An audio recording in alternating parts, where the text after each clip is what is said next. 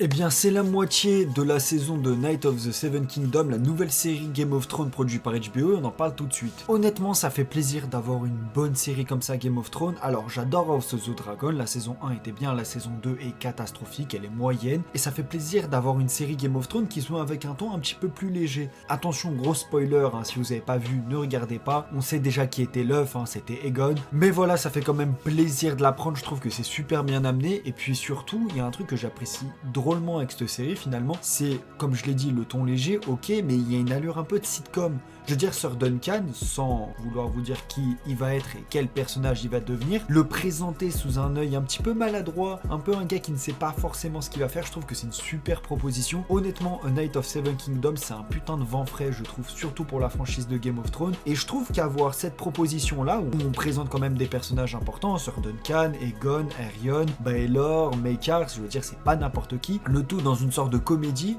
je trouve que ça rend super bien. Et après, petit point négatif, les épisodes ils durent que une demi-heure à 40 minutes maximum, je trouve que c'est un peu dommage. Après, je sais que le bouquin il fait que 120 pages, donc on peut pas plus s'adapter que ça. Donc non, vraiment la série elle est super bien, regardez-la si vous êtes fan de l'univers Game of Thrones, franchement vous allez pas être déçus. En attendant, j'espère que la vidéo elle vous aura plu, n'hésitez pas à vous abonner, je parle tout le temps de cinéma, de séries et plein d'autres choses, et je vous dis à bientôt.